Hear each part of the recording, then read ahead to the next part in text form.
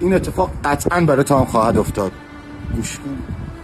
چند سال پیش برای یکی از دوستانم شروع کردم به ساختن یه پروژه ساختمانی.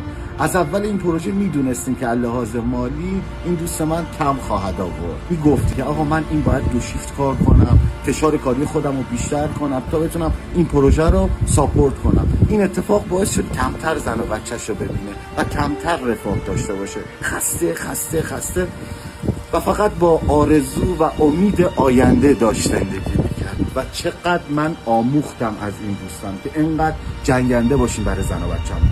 کار جلو رفت. 2 روز مونده بود وقتی داشتیم تمیز میکردیم، شیشه ها رو پاک میکردیم، کارگر نظافتچی داشتیم جا رو تمیز میکرد، داشت تو ذهنش ترسیم میکرد که خب 2 روز دیگه دامادم میاد اینجا، عروسم میاد اینجا. خیلی خوشحال بود، پر از شور و شعف بود. خاور رو هماهنگ کردم که برای پس فردا خاور بیاد اساسیه رو حمل کنه. ظهر ساعت 12 بود، 12 روزی که قرار بود اسباب کشی کنم. تلفنم زنگ خورد، دیدم پسر دوستمه. الو سلام. بابام رفت. بابات کجا رفت؟ بابام رفت. بابام مرد. بابات صبح با من بود. چجوری مرد؟ فقط مهدی خودتو به من برسون. من شوکه، اصلا باورم نمیشد. سوار ماشین شدم و رفتم به سمت بیمارستان فارابی. رسیدم جلوی بیمارستان فارابی و دیدم نشسته و زار داره گریه میکنه.